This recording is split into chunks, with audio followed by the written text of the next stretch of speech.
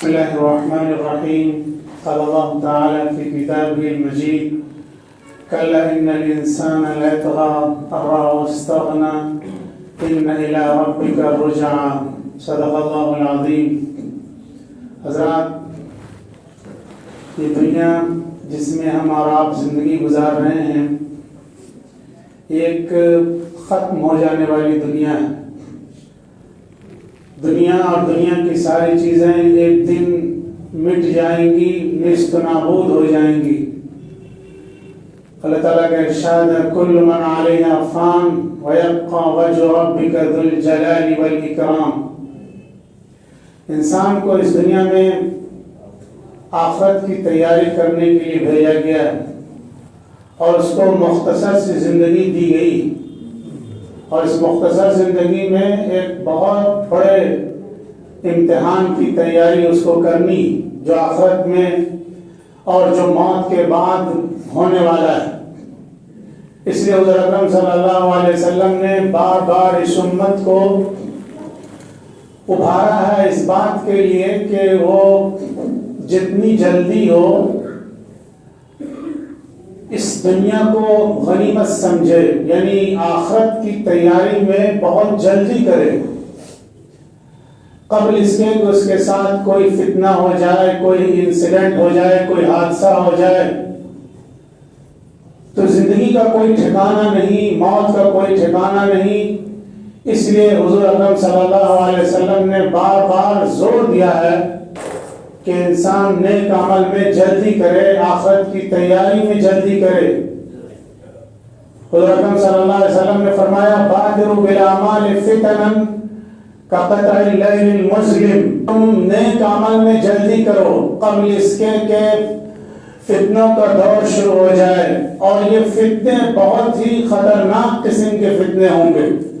یہ کوئی معمولی فتنے نہیں ہوں گے، یہ رات کی تاریکیوں کی طرف فتنے ہوں گے. اور ان فتنوں کی شدت کی وجہ سے انسان اپنا دین بدل دے گا، اپنا ایمان بیچ دے گا، اپنی عزت بیچ دے گا اور اپنا سب کچھ داؤ پر لگا دے گا. خدا اکرم صلی اللہ علیہ وسلم نے فرمایا کہ تم نیک عمل میں جلدی کرو قبل اس کے کہ فتنے آ جائیں. وہ فتنے جس میں انسان صبح میں ایمان میں داخل ہوگا اور شام میں وہ ایمان سے خارج ہو جائے گا، اور شام میں ایمان میں داخل ہوگا اور صبح کو وہ ایمان سے خارج ہو جائے گا.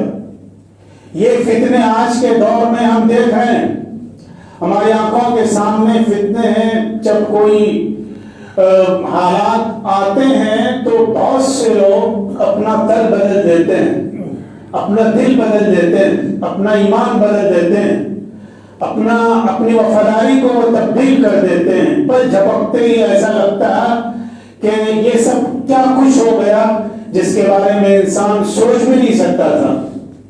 ایک دوسری روایت میں حضرت اکرم صلی اللہ علیہ وسلم نے فرمایا کہ بادروا بالاعمال سبعا، کہ تم 7 چیزوں سے پہلے نیک عمل میں جلدی کرو. هل تنتظرون الا فقرا منسیا او غنى مطغیا.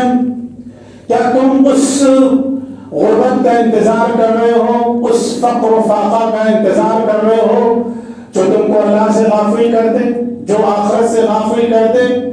یعنی غربت اور بھوکمری اور فقر و فاقہ کی نوبت ایک ایسا فتنہ ہے کہ انسان اس کی وجہ سے بسا اوقات اپنے دین کا بھی سودا کر لیتا ہے، اپنے ایمان کا بھی سودا کر لیتا ہے. اور اسی کے برعکس، اسی کے اپوزٹ ایک مالداری بھی ہوتی، وہ بھی خطرناک ہوتی. تو حضور نے فرمایا کیا تم اس فقر کا انتظار کر رہے ہو جو تم کو اللہ سے غافل کر دے، اور غیر مطغیہ یا اس مالداری کا انتظار کر رہے ہو جو تم کو سرکش بنا دے. تو یہ 2 فتنے بہت ہی خطرناک ہوتے ہیں انسان کے دین کے لیے، انسان کے ایمان کے لیے. ایک فقر و فاقہ اور ایک بہت زیادہ مالداری، دونوں میں انسان کا ایمان ڈاواڈول ہو جاتا ہے. اللہ تعالیٰ نے قرآن کریم میں اس کا تذکرہ کیا ہے: کلا ان الانسان لیطغی ان رآہ استغنی، کہ انسان سرکش ہو جاتا ہے انسان ڈھیٹ ہو جاتا ہے، انسان اپنے انجام کو بھول جاتا ہے، آخرت کو بھول جاتا ہے، اللہ کے عذاب کو بھول جاتا ہے جب اس کے اندر مالداری آتی ہے، جب اس کے اندر دولت آتی ہے تو وہ آخرت کو بھول جاتا ہے۔ عام طور پہ یہی ہوتا ہے الا ماشاء اللہ۔ تو اللہ تعالیٰ فرماتا ہے کلا ان الانسان لیطغی ان رآہ استغنی ان الی ربک الرجعی، کہ تم کو لوٹ کر کے الٹیمیٹلی اپنے رب کے پاس ہی آنا ہے، لہذا تم کو اپنی دولت پر اترانے کی ضرورت نہیں ہے، اپنی دولت کا نشہ تم پر اپنے اوپر طاری کرنے کی ضرورت نہیں ہے کہ یہ نشہ بہت جلد اگر اللہ چاہے گا تو توڑ دے گا۔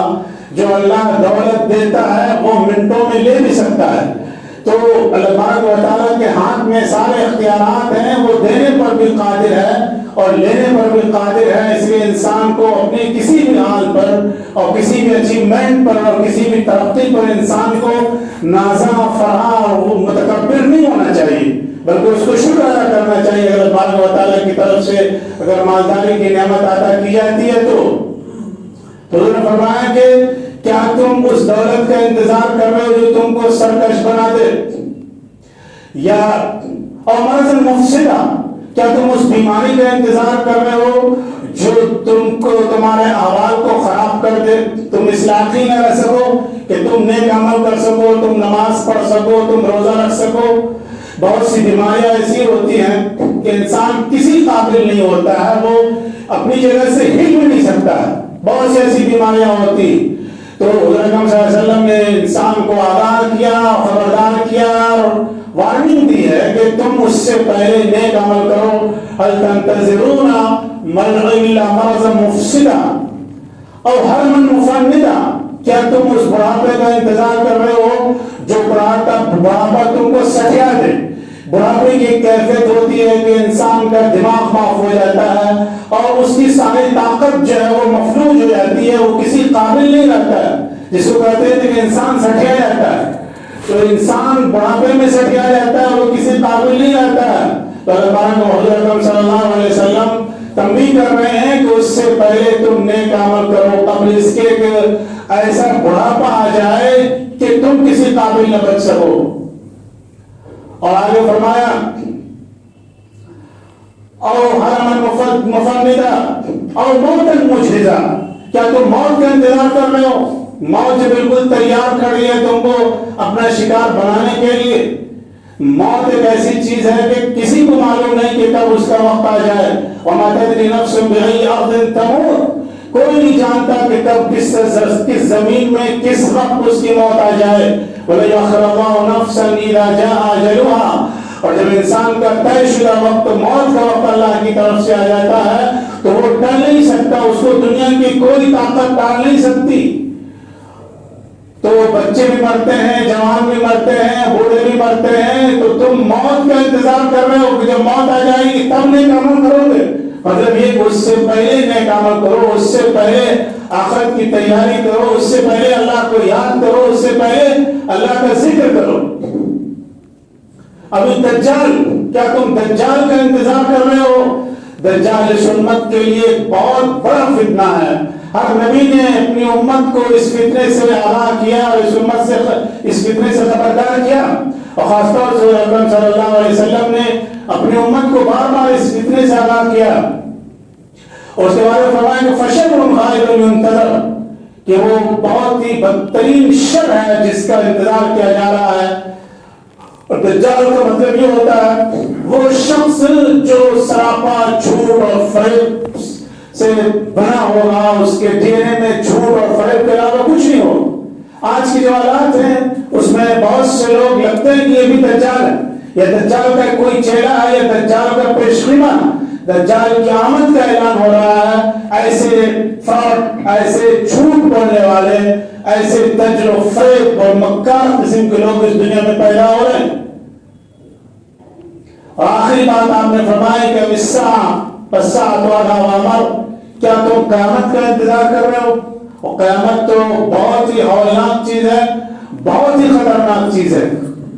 یعنی قیامت سے پہلے، موت سے پہلے، بڑھاپے سے پہلے اور بیماری سے پہلے تم آخرت کی تیاری کرو، نیک عمل کرو، اللہ کی اطاعت کرو، اللہ کی فرما برداری کرو، یہی عقل مندی کی پہچان ہے۔ حضرت اکرم صلی اللہ علیہ وسلم نے ارشاد فرمایا کہ الکیس من دان نفسہ وعمل لما بعد الموت، کہ عقل مند انسان وہ ہے جو اپنی زندگی کا جائزہ لیتا رہتا ہے، اپنی زندگی کا حساب کتاب لیتا رہتا ہے اور موت کے بعد کی تیاری کرتا ہے۔ موت کے بعد جو چیز کام آنے والی ہے اس چیز کے لیے وہ تیاری کرتا ہے، اپنے آپ کو آخرت کے لیے تیار کرتا ہے، نیک عمل کرتا ہے، زندگی کے ہر لمحے کو وہ غنیمت جانتا ہے، اس لیے کہ انسان کی زندگی کا جو لمحہ گزر جاتا ہے، جو وقت گزر جاتا ہے، وہ وقت کبھی زندگی میں لوٹ کر نہیں آتا۔ ہر دن جو گزرتا ہے وہ دن کبھی انسان کی زندگی میں واپس نہیں آتا ہے، اس لیے ایک ایک دن اور ایک ایک دن کا ایک ایک گھنٹہ اور ایک ایک گھنٹے کا ایک ایک منٹ انسان کے لیے بہت قیمتی ہے، اس لیے کہ یہ زندگی میں یہ وقت کبھی لوٹ کر آنے والا نہیں ہے۔ تو جو موقع اللہ کی طرف سے دیا گیا ہے، جو فرصت کے لمحات اللہ تبارک و تعالیٰ کی طرف سے میسر ہیں، ان کو غنیمت جاننا چاہیے اور انسان کو اپنے نیک عمل میں اضافہ کرنا چاہیے، آخرت کے لیے ذخیرہ تیار کرنا چاہیے۔ اللہ تعالیٰ ہم سب کو توفیق عطا فرمائے۔ وآخر دعوانا الحمدللہ رب العالمین۔